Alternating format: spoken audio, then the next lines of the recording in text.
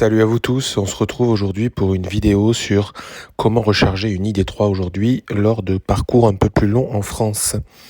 Alors moi, l'utilisation que je fais, c'est Better Route Planner qui est déjà assez connu. Et donc on peut retrouver l'ID3. Donc voilà, on cherche l'ID3, on choisit la Pro et on choisit pour mon cas sans pompe à chaleur.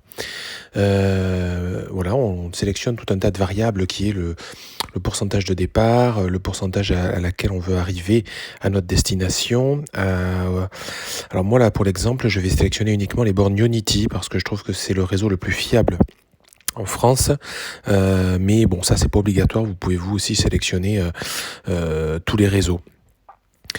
On peut régler voilà, toutes les possibilités, donc ce qui permet d'ajuster au mieux la consommation du véhicule sur le trajet. Voilà, on met un petit peu plus de poids car généralement on est un peu chargé quand on part faire des trajets. Donc là pour l'exemple, on va choisir un départ de Bordeaux et ensuite on va choisir une ville de destination qui est Nantes. Donc ça va nous proposer effectivement un trajet. Ce trajet, concrètement, il va nous faire 2 arrêts, comme on voit ici. Un arrêt de 17 minutes et un arrêt de 20 minutes, donc ce qui est complètement cohérent sur un trajet total de 3h30. Faire 2 haltes, bon, alors après ça, chacun, il y en a qui le font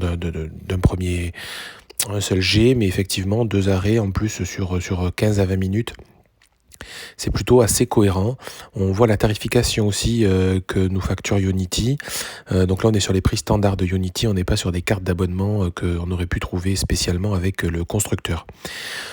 Si on va voir sur un trajet un petit peu plus long, si on prend pour aller jusqu'à Disneyland Paris, on va constater effectivement qu'il y a donc un peu plus d'arrêts, mais il y a surtout une dernière zone pour laquelle l'outil a du mal à trouver un chargeur Ionity et qui nous demande effectivement de rouler un petit peu moins vite, qui va nous demander de rouler à 100 km/h. Donc après voilà, quand on constate ces choses-là, peut-être qu'il est utile de trouver un autre chargeur entre deux, peut-être d'ouvrir un petit peu plus que de s'arrêter que chez Ionity, parce que ça peut être relativement contraignant, je trouve à mon avis, voilà, de rouler à 100 km/h.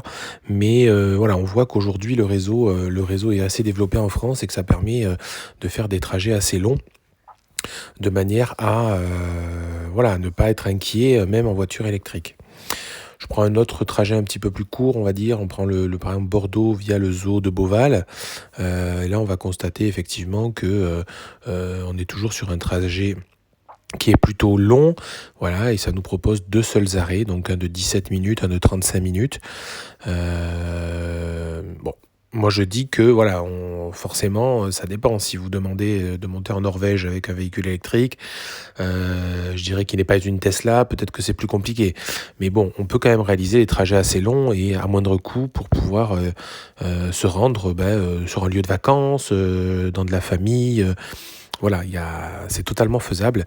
Et je trouve que A Better Route Planner vous permet de programmer tout cela sans être trop inquiet et effectivement en attendant que le véhicule en tout cas ait des mises à jour et puisse peut-être faire ce job à notre place. Voilà, je vous dis à très très bientôt et puis faites-vous plaisir avec ce site qui est assez intéressant.